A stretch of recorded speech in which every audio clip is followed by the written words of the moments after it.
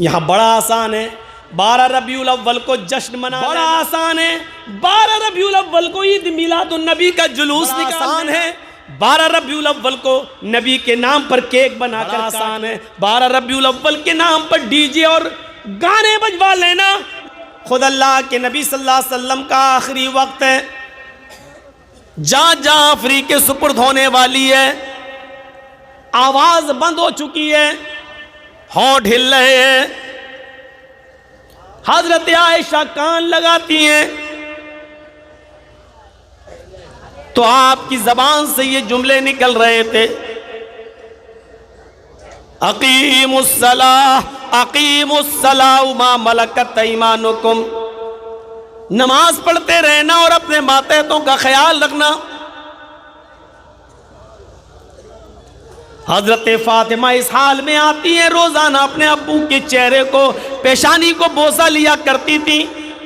لیکن آج ابو بستر سے اٹھنے کے لائق نہیں ہے، تو آتی ہیں اور اپنے ابو کی پریشانی دیکھتی ہیں، ان کی پیشانی کو چومتی ہیں۔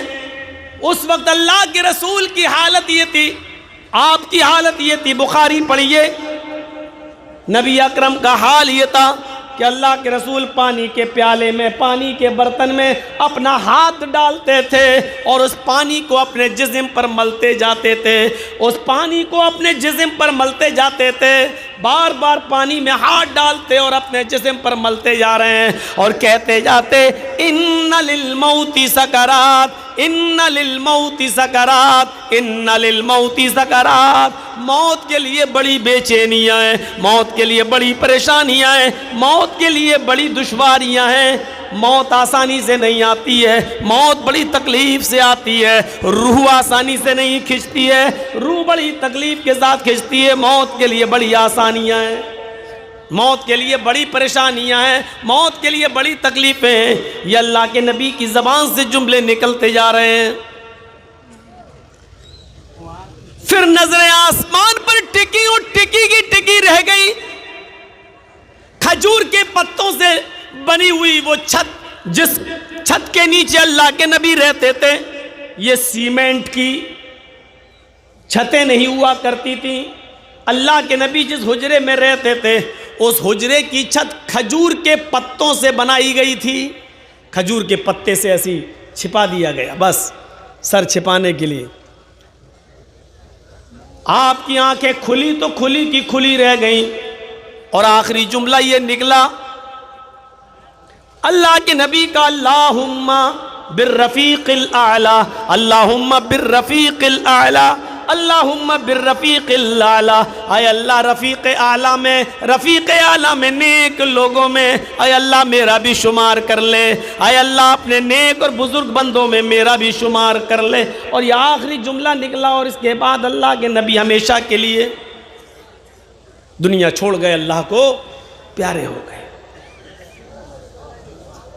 لوگ آتے گئے، دیکھتے گئے، آتے گئے، دیکھتے گئے۔ حضرت انس فرماتے ہیں، منظر دیکھیے، حضرت انس فرماتے ہیں مکہ چھوڑ کر جب مدینہ آئے اللہ کے رسول، مکہ چھوڑ کر جب مدینہ آئے اللہ کے نبی، تو مدینے کے دن میں اس دن اتنی زیادہ خوشی تھی کہ اس سے زیادہ خوبصورت دن آج تک میں نے نہیں دیکھا۔ جب مکے سے مدینہ آئے تو جس دن مدینے میں اللہ کے نبی آئے، اس سے زیادہ روشن دن میں نے آج تک نہیں دیکھا۔ اور جس دن اللہ کے رسول مدینہ چھوڑ کر آپ کا انتقال ہوا اور آپ اللہ کو پیارے ہوئے، جس دن یہ دنیا چھوڑ بیٹھے، اس دن میں نے مدینے میں اس سے زیادہ اندھیرے والا دن کبھی نہیں دیکھا، اس سے زیادہ مایوس دن میں نے کبھی نہیں دیکھا۔ نبی آئے تو اس سے اچھا دن ہم نے کبھی نہیں دیکھا، نبی اس دنیا سے گئے تو اس سے زیادہ برا دن ہم نے کبھی نہیں دیکھا۔ جب اللہ کے نبی مکے سے مدینے آئے تو خوشیوں کا حال یہ تھا، جب مدینے کے دروازے میں داخل ہوئے، مدینے کی باؤنڈری میں داخل ہوئے، تو 5 اور 6 سال کی چھوٹی چھوٹی بچیاں دف بجا رہی تھیں، ڈھول بجا رہی تھیں، اور یہ گیت گا رہی تھی، طلع البدر علینا من ثنیات الوداع، یہ گیت گا رہی تھی۔ مدینے کی وہ چھوٹی چھوٹی 6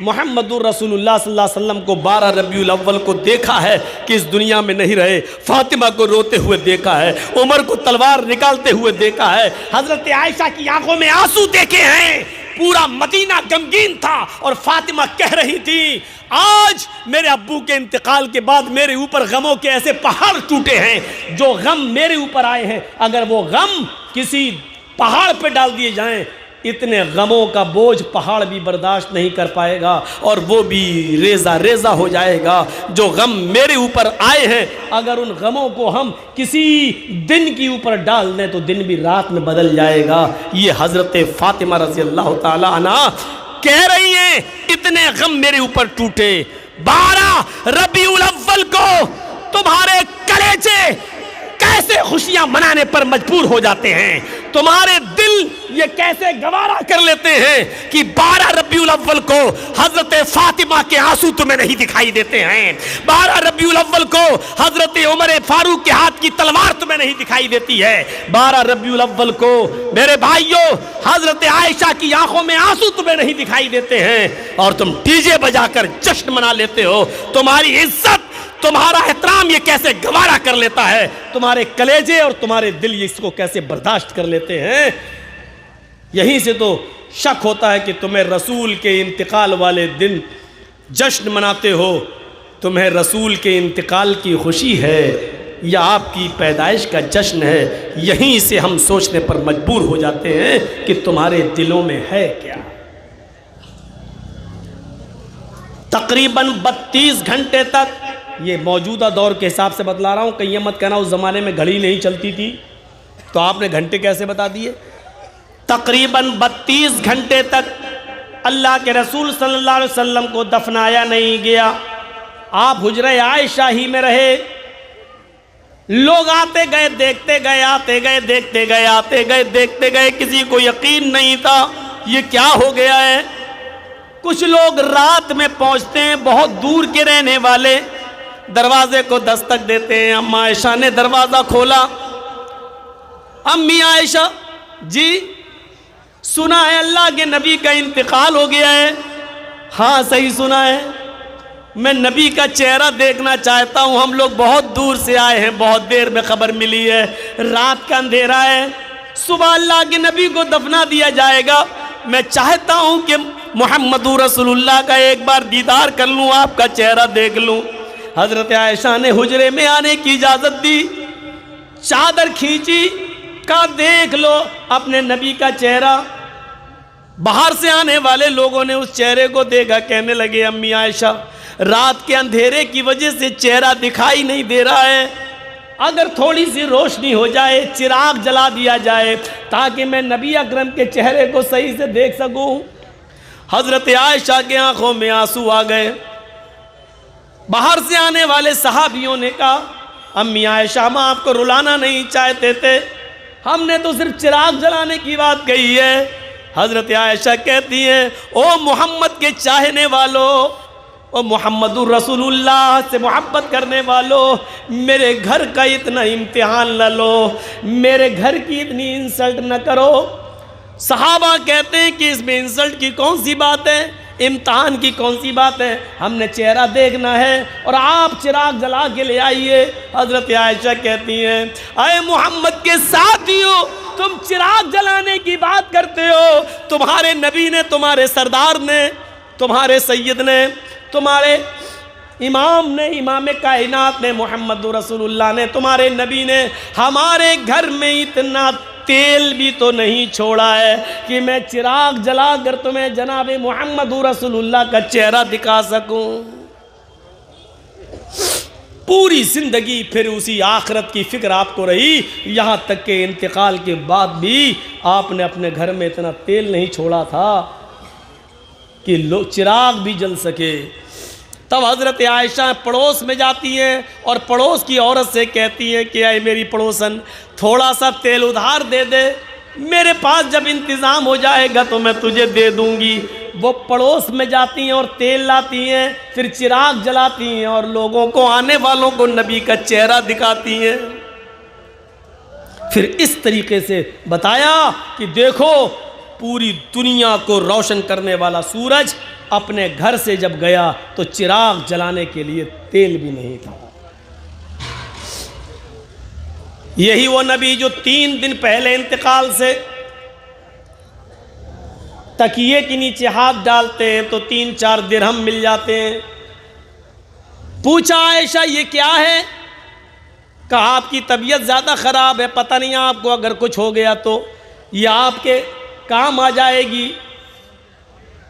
فرمایا عائشہ ان 3 درہموں پر اتنا بھروسہ کرتی ہو؟ جو سب کچھ دینے والی ذات ہے اس کی اوپر تمہیں کچھ بھی بھروسہ نہیں ہے؟ عائشہ اگر اس حال میں میرا انتقال ہو گیا اور یہ 3 درہم میرے پاس رکھے رہے تو میں کل قیامت کے دن اپنے رب کو کیا منہ دکھاؤں گا، اپنے رب کو کیا جواب دوں گا؟ آپ نے پھر اسی لیے آخرت کو ترجیح دی، وَلَلْآخِرَةُ خَيْرٌ لَكَ مِنَ الْأُولَىٰ، آخرت کی زندگی دنیا کی زندگی سے بہتر ہے۔ اور پھر جناب محمد رسول اللہ نے آخرت کی زندگی کو ترجیح دیا۔ آخری وقت تک آخرت کی فکر رہی آپ کو۔ مختلف ناحیے سے دیکھیے، قرآن ہمیں موت کو یاد دلا رہا ہے، پھر وہی قرآن ہمیں مرنے کے بعد دوبارہ زندہ ہونا بھی یاد دلا رہا ہے، پھر وہی قرآن ہمیں قیامت کے دن کی ہولناکیوں سے باخبر کر رہا ہے، پھر وہی قرآن ہمیں جہنم کے عذاب سے باخبر کر رہا ہے۔ میں چاہتا ہوں ایک ایک کر کے ان چاروں چیزوں کی چند مثالیں آپ کے سامنے رکھ دی جائیں تاکہ ہم اپنے مرنے سڑنے کو بھی یاد رکھیں، مرنے کے بعد دوبارہ زندگی کو بھی یاد رکھیں، قیامت کے دن کو بھی یاد رکھیں اور جہنم کے عذاب کو بھی یاد رکھیں۔ اور پھر بوریوں کے اس جلسے میں فکر آخرت کے موضوع پر ہونے والے خطاب کو سننے کے بعد کل سے لاٹری خریدنا بند کر دیں۔ یہ مولانا صاحب کو کیسے پتہ چلتا ہے کہ بوریوں میں بڑی لاٹری والی بڑا معاملہ چل رہا ہے، جوا کھیلا جا رہا ہے۔ ہمارا سماج، سوسائٹی، معاشرہ، نوجوان خاص طور پر طبقہ کس طرف جا رہا ہے؟ سمجھ سے باہر۔ آئیے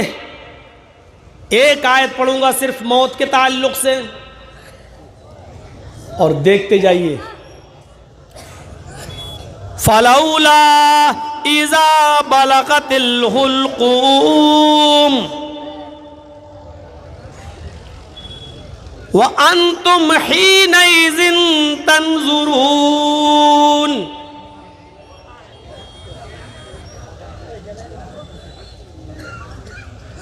وَنَحْنُ أَقْرَبُ إِلَيْهِ مِنْكُمْ وَلَكِنْ لَا تُبْصِرُونَ۔